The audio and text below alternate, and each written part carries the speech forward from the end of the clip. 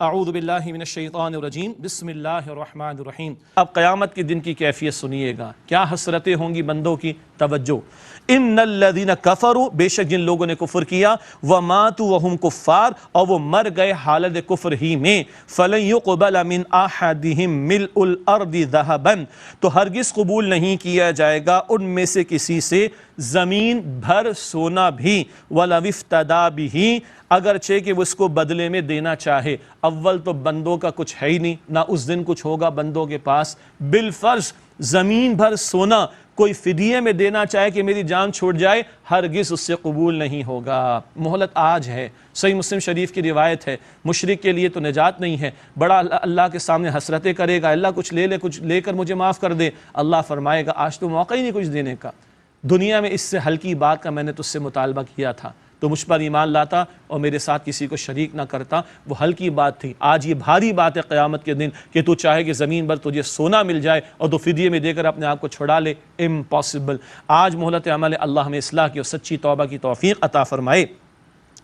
اولئک لہم عذاب علیم وما لہم من ناصرین، یہ لوگ ہیں جن کے لیے دردناک عذاب ہے اور ان کے لیے کوئی مددگار نہیں۔ اس برے انجام سے اور کل کی ان حسرتوں سے اللہ مجھے آپ کو ہم سب کو محفوظ رکھے۔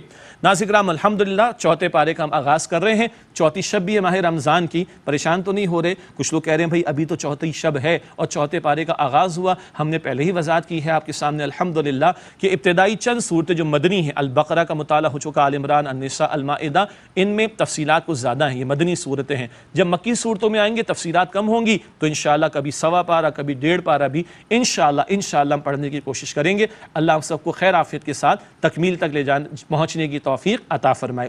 چوتھے پارے کا آغاز بڑا پیارا مقام قرآن حکیم کا، سورہ آل عمران کی آیت نمبر 92 لن تنالوا البر حتى تنفقوا مما تحبون، تم نیکی کے کمال کو ہرگز نہیں پہنچ سکتے جب تک کہ اس میں سے خرچ نہ کرو جس سے تم محبت کرتے ہو۔ سبحان اللہ، وہ نجران والے آئے تھے نا، وہ پادری وغیرہ، ان کو بھی سمجھایا جا رہا ہے یہ مال و دنیا کی محبت جب تک یہ دل سے نہ نکلے، محبوب تریشہ قربان نہ کرو، نیکی کامل نہیں ہو سکتی۔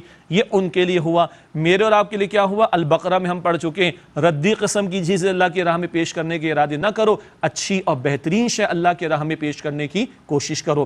صحابہ کرام میں سے ابو طلحہ رضی اللہ تعالی عنہ ہیں، ان کا بیرحا کا باغ بڑا مشہور اور بڑا قیمتی باغ تھا، خوب پیداوار تھی۔ اللہ کے رسول کے پاس آئے، یا رسول اللہ یہ سب سے قیمتی ہے، سب سے زیادہ مجھے محبوب ہے، میں نے اللہ کے راہ میں پیش کیا۔ حضور نے فرمایا کہ اچھا تمہارے عم زاد، تمہارے چچا زاد وغیرہ جو ضرورت مند ہیں ان کے اوپر بھی خرچ کرو۔ یہ صحابہ ہیں، ادھر حکم آ رہا ہے، ادھر تقاضا آ رہا ہے، اینڈ دیر عمل ہو رہا ہے۔ قرآن کے ساتھ اللہ یہ محبت مجھے اور آپ کو بھی عطا فرمائے، یہ ذوق و شوق مجھے آپ کو بھی عطا فرمائے۔ سمجھتے رہیں اور حکم آئے فوراً لبیک کہیں، پکار پر لبیک کہیں اللہ کی اور عمل کریں۔ ہم بھی اپنی محبوب شے، مال بھی ہو سکتا ہے، اولاد بھی ہو سکتی ہے، انٹلیکٹ بھی ہو سکتی ہے، جسمانی صلاحیت بھی ہو سکتی ہے، اور بھی کچھ ہو سکتا ہے، اللہ کی راہ میں مخلوق کی خدمت کے لیے بھی اور اللہ کے کلمے کی سربلندی کے لیے لگائیں۔ اللہ ہم سب کو توفیق عطا فرمائے۔ وما تنفقوا من شیء، اور تم جو خرچ کرو گے کوئی بھی شے، فإن اللہ بہ علیم، تو بے شک اللہ تعالیٰ اسے خوب جاننے والا ہے۔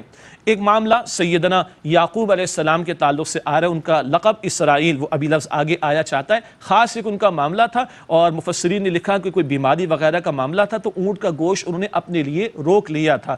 اس پر یہود نے اعتراض کر دیا، مسلمانوں پر تم اونٹ کا گوشت کھا تو یہ تو حرام ہے۔ اس کی وضاحت اللہ فرما رہا ہے، ارشاد ہوا کل الطعام کان حلا لبنی اسرائیل، تمام کھانے بنی اسرائیل کے لیے حلال تھے، الا ما حرم اسرائیل علی نفسہ، سوائے وہ جو اسرائیل، کس کا لقب ہے؟ یعقوب علیہ السلام کا، سوائے وہ جو یعقوب علیہ السلام نے اپنے اوپر حرام کر لیا تھا، کوئی خاص بیماری وغیرہ کا معاملہ، من قبل ان تنزل التوراۃ، اس سے پہلے کہ تورات نازل ہو، یہ کوئی اللہ کا حکم نہیں آیا تھا، ان کو کوئی معاملہ پیش آ گیا تھا، اس کی وجہ سے اونٹ کا گوشت وہ استعمال نہیں کر رہے تھے، اور یہ تو تورات سے پہلے کا معاملہ۔ قل فأتوا بالتوراۃ فاتلوها ان کنتم صادقین، اے نبی صلی اللہ علیہ وسلم فرما دیجئے تم تورات لاؤ پھر اس کو پڑھو اگر تم سچے ہو۔ کہاں تورات میں ایسی بات لکھی ہے جو تم مسلمانوں پر اعتراض کرو کہ اونٹ کا گوشت کھاتے ہو بھائی؟ یہ ان کو جواب دیا گیا۔ فمن افترى علی اللہ الکذب، پھر جو کوئی اللہ تعالیٰ پر جھوٹ گھڑے، من بعد ذالک اس کے بعد فاولئک هم الظالمون تو پس وہی لوگ ظالم ہیں۔ قل صدق اللہ، اے نبی صلی اللہ علیہ وسلم فرما دیجئے اللہ تعالیٰ نے سچ فرمایا، فاتبعوا ملت ابراہیم حنیفا، پس تم ابراہیم علیہ السلام جو کہ یکسو ہو جانے والے تھے ان کی ملت کی پیروی کرو۔ یکسو کا مطلب باقی ہر ایک سے کٹ کر اللہ کی طرف متوجہ ہو جانا۔ ان ابراہیم علیہ السلام کی ملت یعنی طریقے کی پیروی کرو۔ ابراہیم علیہ السلام کا طریقہ البقرہ آیت 131، اللہ کے ہر حکم کے سامنے اپنے آپ کو جھکا دینا، وما کان من المشرکین، اور وہ مشرکین میں سے نہیں تھے۔